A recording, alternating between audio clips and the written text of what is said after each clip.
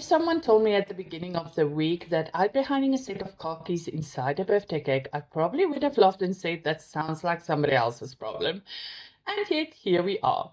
The 18th birthday cake ended up being the most stressful cake of the entire week, and honestly, it wasn't because of only the decorating. It was because of what was going inside. When the customer first told me about the surprise, I absolutely loved the idea. An 18th birthday cake, a beautiful cake, hidden inside a brand new set of car keys. What could possibly go wrong? Well, quite a lot actually. The first challenge was the size of the cake. This was only a 15 centimeter cake, which doesn't leave a lot of room when you're trying to hide something bigger than chocolates. I knew I needed some sort of mechanism that would allow the gift to be revealed when the birthday girl pulled a ribbon. After a lot of thinking, I decided to use one of those money reveal boxes that people normally use to hide cash inside a cake. The idea sounded brilliant. The reality was slightly more terrifying. The moment I placed that box on top of the cake, I realized just how little room I had to work with. At this point, there was no turning back, so I carefully measured everything and started carving. Now, if you've ever spent hours baking and decorating a cake, you'll know that cutting a giant hole into the middle of it feels completely wrong. Every instinct in me was screaming, "Stop, don't do that!" But that's exactly what I had to do. I slowly removed the cake from the center, checking every few seconds to make sure I wasn't about to destroy the whole thing. But thankfully the box fitted. One small victory. Unfortunately, another problem showed up almost immediately. These reveal boxes are designed for money. Money is flexible and money is thin. Car keys are neither of those things. So now I had to figure out how to make the mechanism or the box work for something completely different, to have it pull out. At this point, I was making up a plan as I went along and hoping future Yolandi would figure it out. But somehow future Yolandi was just as confused as present Yolandi. But somehow we kept moving forward. Then I noticed something that made my heart sink. The top of the cake had started to crack. Not those tiny little cracks, the kind of cracks that make you stare at a cake and start imagining all the worst possible outcomes. At this point, I was completely questioning my life choices when Quibus finally came home.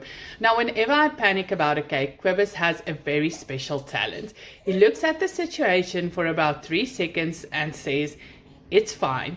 That's it. No detailed explanation, no scientific analysis, just "it's fine." I'm fairly certain he would walk into my kitchen, find me standing next to a completely collapsed cake, and still somehow convince himself that everything is fine.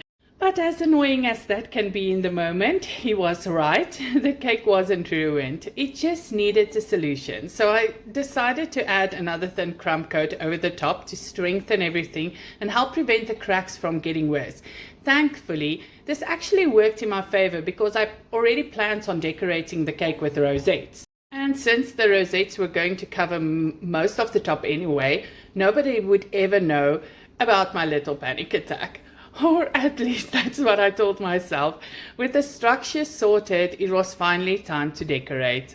I started by covering the top of the reveal box with a white frosting because the actual gift wasn't going inside until the customer arrived to collect the cake, so I had to leave a little space open. Basically, I was decorating around a secret, but no pressure at all. Then I grabbed the cake tool and started making those guidelines for where the rosettes must go. I wanted a beautiful ombre effect, starting with very light at the top and gradually going darker at the bottom. So simple, elegant, beautiful, at least in theory. Before I started piping, I took a very last sip of my coffee. Not because I was thirsty, because the cake was being collected in less than 2 hours and my nerves have officially left the building. At this point, coffee wasn't a drink, it was emotional support. I even pulled up a chair because I knew I had to sit down for this part. One rosette after another, designs slowly started coming together.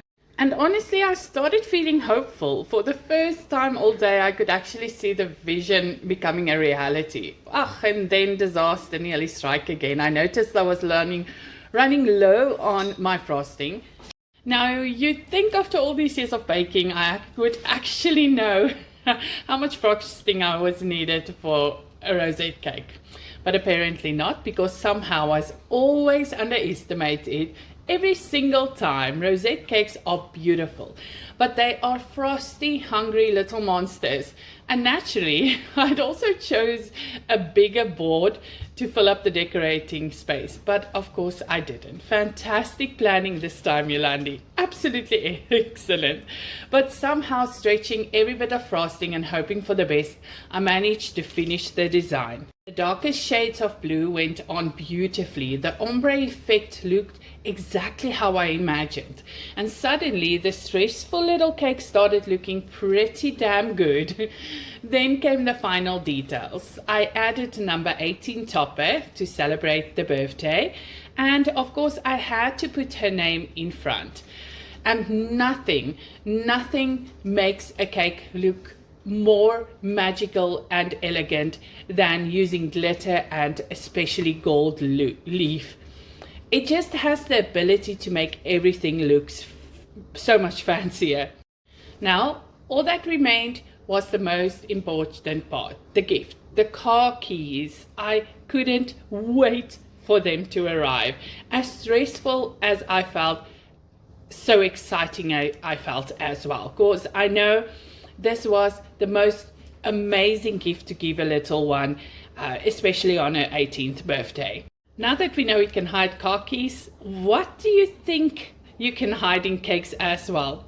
Please let me know in the comments below, because I'd love to hear all of your ideas. Okay, so the car keys finally arrived, and yes, before anyone asks, I did wrap them securely in plastic. The last thing I needed was someone asking why their brand new car smelled like vanilla cake.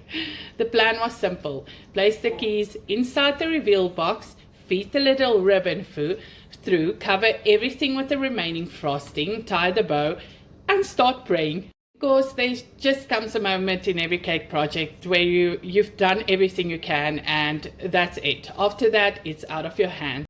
Stepped back a moment, explained to the mom what needed to be done and what she needed to do to explain the little one to do. And I wish I could show their faces when she pulled this keys out of the cake. It was absolutely priceless.